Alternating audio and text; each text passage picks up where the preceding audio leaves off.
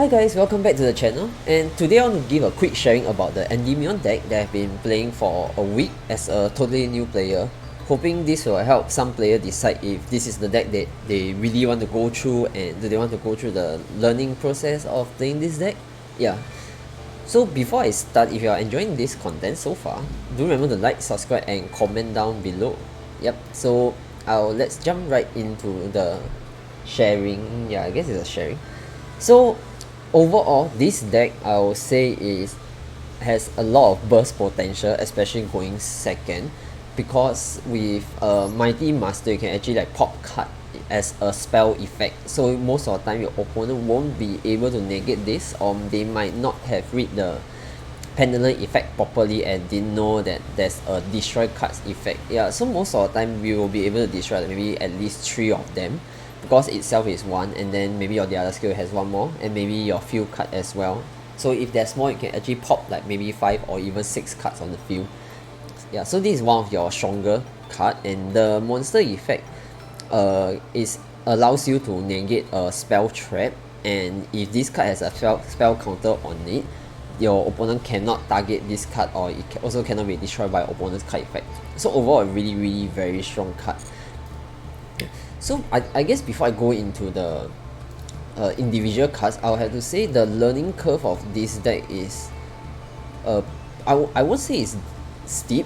It's more of a very different gameplay from Pendulum Magician, because in Pendulum Magician you will want to like prioritize getting out your extra deck, but to be honest, in this deck most of the time you won't be using your extra deck at all, or even let's say even before you pen summon, even if you can get out Electromite, you might want to keep some of your monster on the field just for the negation purpose. Yeah, so the playstyle is totally different. When I just started out with this, there's a lot of screws up because I try to prioritize getting out Electromite or getting out some of my extra deck cards, which actually I don't really need to after I realize how this deck works. Yeah, so in some of the early mistakes that I did is these two cards, Magister of Endymion and Server of Endymion, they can only be special summoned once per turn. So if you use its effect or you pendant summon it, you won't be able to grab it out again.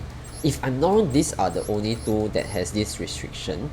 Oh wait, and Reflection as well. Reflection can only be special summoned once per turn. So do take note of these 3. If you use that effect to jump out from the pendant skill, and let's say you link it away for Electromite, you won't be able to pendant summon them back. Yeah, this is some of the early mistake that I did. I was like, how come I can't like bring them out? Like how come I can only special summon like so little, pendant summon so little monster? Yeah, and another mistake that I always did previously is also because of Into the Void, all your cards in your hand will be discarded. Yeah, so I always, because in Pendulum Magician I always try to like keep some cards in my hand for the next turn, but if I use Into the Void for this deck, I won't be able to do so. So in order to avoid this, I will just make sure that I have no cards in my hand at any point in time, even if I didn't play Into the Void. It's just trying to make it into a habit so that you won't accidentally discard all your important cards. Yeah. And another mistake I would say is activating Secret Village of the Spellcasters when I have no spellcaster on the field. So by activating this and I have no spellcaster on the field, I won't even be able to activate my Pendulum skill. So that's one mistake that I did recently as well. So it's a very potent mistake because I won't be able to do anything. Yeah. And yeah, overall this deck is mainly trying to focus on grabbing out all your spells and having like, I would say my priority is always having Servant of Endymion out, so that I can special summon either my Jacket or my Mighty Master. Yeah. So I always prioritize Jacket King or Mighty Master because this has negation, which will help you continue your combo or actually help you set out your field. Then if let's say there's an opponent card that cannot be destroyed by card effect or better, there's always like Master Carables as well, because this guy actually banishes your opponent's monster and then take its attack to it, which will make it really very huge. And I would say this is one of the favorite card in the deck, although it's I would say it's hard once per turn, but it can actually help you grab one Endymion card and then help you place one counter. And since it's a spell card itself, you actually already gain one counter from this. Yeah, so this card is a definitely must play 3 for me. And I play Amano Iwato because this deck actually don't really need normal summon. So if let's say you're going second and opponent already set out his field with a bunch of negation, you just summon this card out, and then your opponent won't be able to activate any of those effects, and then you can do all your other effects along the way. And this Endymion Mighty Master itself, like what I mentioned just now, is a spell effect, not a monster effect, so it's not affected by Amano's effect. So you can normal summon this card out, keep spamming your spell, get your counters, and then get out Endymion Master, Mighty Master, and then pop all his card, and then you can pop your own Amano as well, just in case you want to like extend your combo from there. So pretty fun deck I would say, but this card I'm not exactly sure if I want to continue putting it in, because it's actually kind of a breed when you go first as well. I would say if you go first and you have no other cards to normal summon, you can just grab this card out.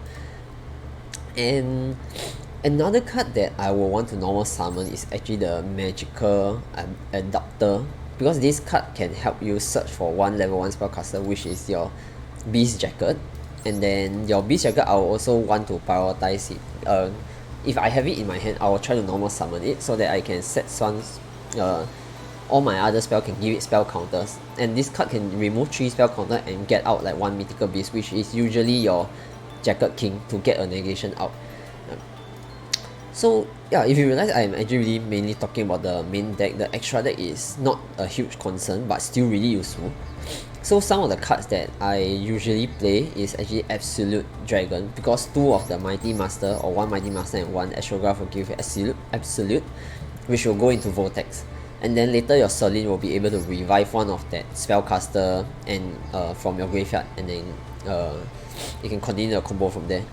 And Starving Venom, I don't really think I use this at all because there's not really spell, so I most probably will remove this card. And Electromite, just a stapler for Pendulum decks. And I would say the rest, these two are, I would say, situation I totally didn't use these two at all. And IP Masquerena, this is to me this is a neat card because it's really very useful. Brute Enforcer, that's a generic link too. I would say this is optional. Unicorn mainly for Masquerena, or if let's say there's some card that cannot be destroyed by card effect, Unicorn is your go-to. Celine is your main card. I will actually want to play 3 if I have 3, but I think 2 is sufficient as well. Then Magnite Avromax, this card is useful if you link it with Masquerena, because then it won't, Masquerena has an additional effect which cannot be destroyed by opponent's card effect. So with this, linking into this is this card will become pretty strong lah. Yeah, because this card cannot be targeted as well, so I think there's not a lot of ways to destroy this card. And then Apollosa with IP is good as well. And then there's access code just in case you want to go for the OTK, since if you play Celine, most probably you will want access code as well. And then this Underworld Goddess of the Closed World, oh, this is a really very strong card. I didn't expect it to be that good, because with Endymion you can actually get out your monsters very fast, and then you have a lot. And there was once a game, right, I actually used IP effect to link into Underworld Goddess during opponent's turn, and then my Underworld Goddess cannot be destroyed by card effects as well. Yeah, so I think over this card is this card to your IP is really strong as well. And this card itself has a negation if your opponent tries to special summon a monster from the graveyard. Yeah, I didn't know about this until there's a prompt that prompts out to me. Yeah, so overall, I would say I still have a lot of mistakes when I play this deck, but I'm enjoying it so far. Consistency wise, it's definitely not as consistent as Pendulum Magician, because there's a lot of cards that will get stuck in your hand, especially if you don't have enough spell to add spell counters to it. Because there's, I would say maybe 25% of the time I break, or maybe it's the build that is the problem. I might want to take away Amano and add in more spell cards actually, like maybe another cross out. No, cross out doesn't really matter. Maybe like Pot of Desire or something. Yeah.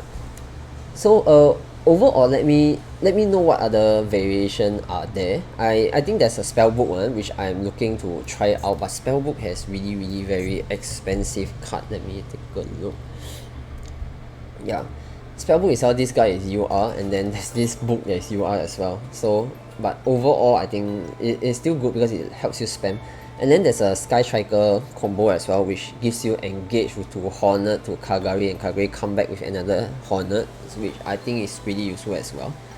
Yeah, and then there's a Magician of Soul, which I have not sure how do you play the Magician of Soul. Let me take a look. Is it mainly to send a spellcaster to your graveyard level 6, I think Jacket?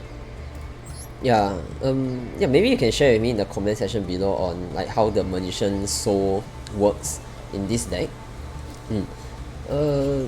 Yeah, I guess overall this is what I have to say about my this 1 week of playing Endymion, and let me know if you have any questions. I'm definitely not an Endymion expert. I'm still learning about this deck, and yeah, if you have questions, just feel free to join our Discord. There's a lot of Endymion players there as well, and yeah, I'll be playing this deck for a while more. Not sure if I'll play this for the next season, and after this deck I'll be playing DDD, and it's something that I never really played before as well. So I guess that's another deck to learn. Yeah. So if there's any other questions, do like what I say, just join the Discord. And yeah, that's all for this video. So if you are enjoying, do remember to like, subscribe, and comment down below. And I hope to see you guys in the next video.